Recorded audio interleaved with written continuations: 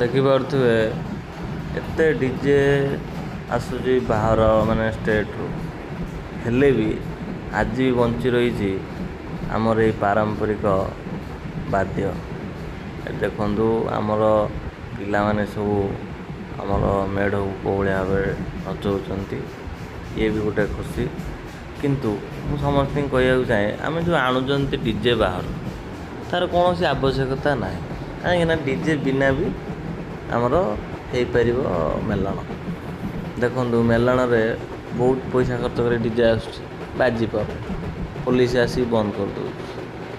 ଆମେ ପୋଲିସ ସହିତ ଯୁକ୍ତିତର୍କ କରିବା କି ଆମେ ନିଜେ ଗଣ୍ଡଗୋଳ ଲାଗିବା କିଛି ଆବଶ୍ୟକତା ନାହିଁ। ପାରମ୍ପରିକ ବାଦ୍ୟ ବଜାଇ ଆରାମସେ ଆମେମାନେ ମେଳନ ବି ପାଳନ କରିପାରିବା। ସେଥିପାଇଁ ସେଇ ଯେଉଁ ପଇସାଟା ଆମେ ଡିଜେରେ ଖର୍ଚ୍ଚ କରୁଛନ୍ତି, ଆଉ ଟିକେ ତାକୁ ଭଲସେ ପାରମ୍ପରିକ ବାଦ୍ୟରେ ଖର୍ଚ୍ଚ କଲେ ଭଲ ହେବ। କିନ୍ତୁ ପିଲାମାନଙ୍କ ଟିକେ ଇଚ୍ଛା ଡିଜେ ଆଉ